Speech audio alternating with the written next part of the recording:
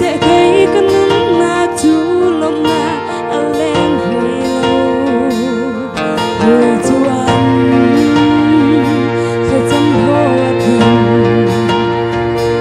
thà chim về lý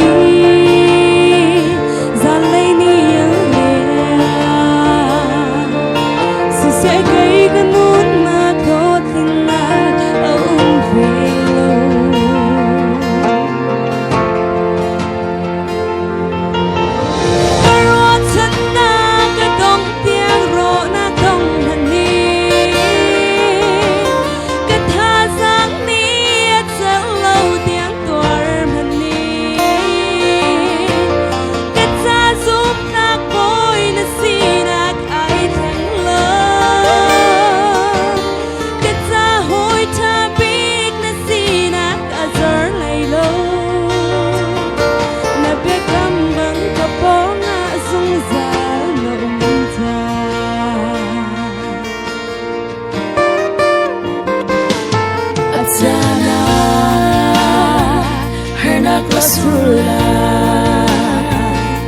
Atana lo nagniat lang la si se zay tumhan azung zalin am hulay lo hodang zo rona kang hani lay herna ka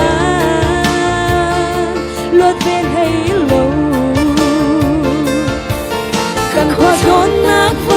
sudu kilo na kasita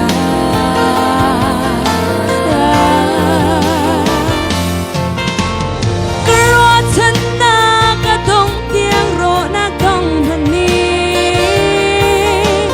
Kathasak ni at sa low tiang tuar hani Katsasum nakboy na sinak ay theng lo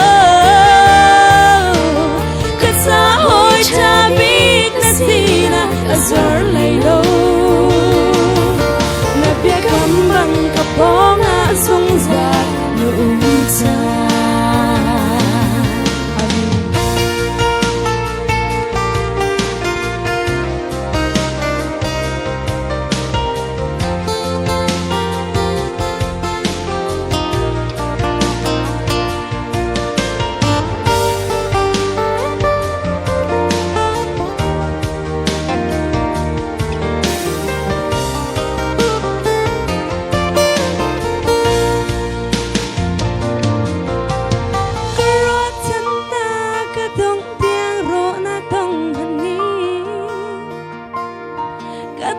sang ni at sa lâu tiếng toàn thân ni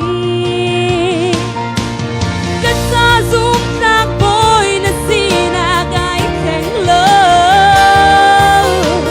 cất xa hôi cha biết na si na azar lay lơ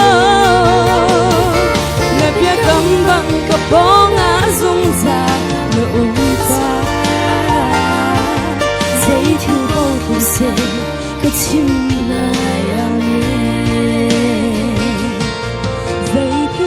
tình sự cái chim lai amin.